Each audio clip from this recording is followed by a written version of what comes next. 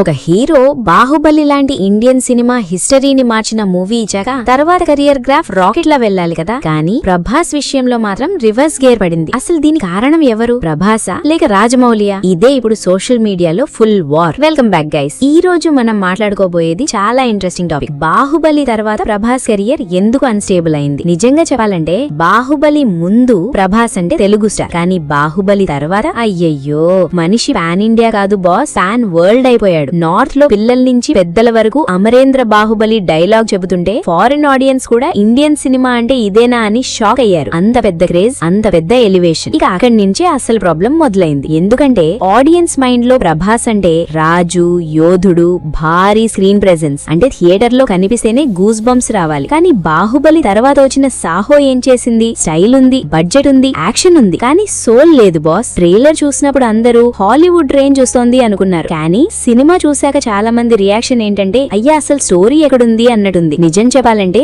Saaho flop కాదు, collections కూడా decent గానే వచ్చాయి. కానీ ప్రాబ్లం కలెక్షన్స్ కాదు, ప్రాబ్లం ఎక్స్పెక్టేషన్స్. బాహుబలి తర్వాత ఆడియన్స్ మైండ్ లో ప్రభాస్ లెవెల్ హిమాలయాస్ కి వెళ్లిపోయింది. అక్కడి నుంచి సడన్ గా కన్ఫ్యూజింగ్ స్క్రీన్ ప్లే ఇస్తే జనం కనెక్ట్ కాలేరు కదా బాస్. ఇక అక్కడితో ఆగుంటే పర్లేదు. తర్వాత రాధేశ్యామ్, అయ్యో ఫ్యాన్స్ థియేటర్ లో రొమాన్స్ కోసం వెళ్లి ఇది లవ్ స్టోరీయా లేక ఆస్ట్రాలజీ క్లాసా అని కన్ఫ్యూజన్ లో బయటకు వచ్చారు. ప్రభాస్ ని ఆడియన్స్ మాస్ గాడ్ లా చూడాలని ఎదురు చూస్తుంటే అతన్ని స్లో మోషన్ లవ్ బాయ్ గా చూపించారు. అక్కడే ఫ్యాన్స్ కి డిస్కనెక్ట్ స్టార్ట్ అయింది. ఇంకా షాక్ ఏంటంటే ఆది పురుష్ 700 కోట్ల బడ్జెట్ అని హైప్ బిల్డ్ చేశారు. ఫ్యాన్స్ అనుకున్నారు ఇది ఇండియన్ సినిమా లెవెల్ మార్చేస్తుంది అని. కానీ రిలీజ్ అయ్యాక సోషల్ మీడియా మొత్తం మీమ్స్ తో కాలిపోయింది. ఇక్కడే చాలా మంది బ్లేమ్ ని రాజమౌళి మీదకి తిప్పేశారు. రాజమౌళి కర్స్ అంటూ థియరీ స్టార్ట్ అయ్యాయి. ఎందుకంటే బాహుబలి తర్వాత ప్రభాస్ స్ట్రగుల్, ఆర్ఆర్ఆర్ తర్వాత చరణ్, ఎన్టీఆర్ నెక్స్ట్ సినిమాల మీద కూడా ప్రెషర్. అంటే రాజమౌళితో పనిచేసిన హీరోలకు ప్రాబ్లం వస్తుందా? అసలు ఆన్సర్ ఏంటంటే నో. ఇక్కడ అసలు మ్యాజిక్ ఏంటో తెలుసా? రాజమౌళి హీరోని బిల్డ్ చేయడు బాస్, హీరోని ఆడియన్స్ హార్ట్ లో చెక్కేశాడు. అదే డిఫరెన్స్. బాహుబలిలో ప్రభాస్ ని మనం క్యారెక్టర్ గా ప్రేమించాం, అతని పెయిన్ ఫీల్ అయ్యాం, అతని విక్టరీ సెలబ్రేట్ చేసాం. అదే రాజమౌళి స్ట్రెంగ్త్, స్టోరీ టెల్లింగ్. మన ఊర్లో కూడా ఇలాగే ఉంటుంది. పెళ్లిలో బిర్యానీ ఎంత టేస్టీగా అయినా పప్పుచారు ఎమోషన్ ఉంటేనే గుర్తుంటుంది. అదే రాజమౌళి సినిమాల్లో ఉంటుంది, ఎమోషన్, కనెక్షన్, క్యారెక్టర్ జర్నీ. కానీ తర్వాత ప్రభాస్ సెలెక్ట్ చేసిన స్క్రిప్ట్స్ లో అదే మిస్ అయింది. మాస్ ఎలివేషన్ ఉంది, విజువల్స్ ఉన్నాయి, కానీ ఆడియన్స్ కి కనెక్ట్ అయ్యే హార్ట్ లేదు. అందుకే సలార్ వచ్చినప్పుడు సడన్ గా ఫ్యాన్స్ కి ఓల్డ్ ప్రభాస్ కనిపించాడు. అయ్యయ్యో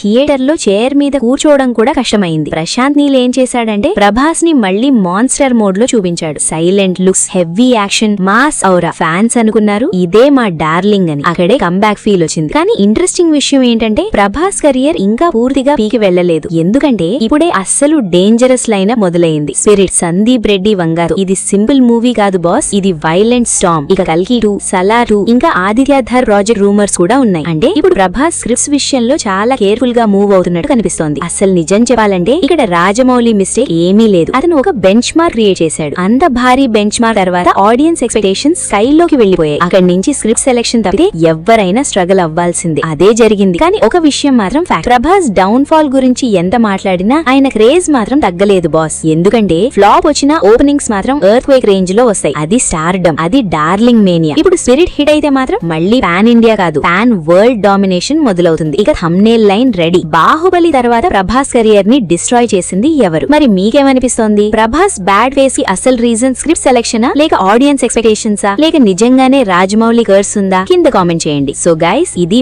వీడియో నచ్చితే లైక్ చేయండి, ఛానల్ సబ్స్క్రైబ్ చేయండి. Thank you, take care, by by.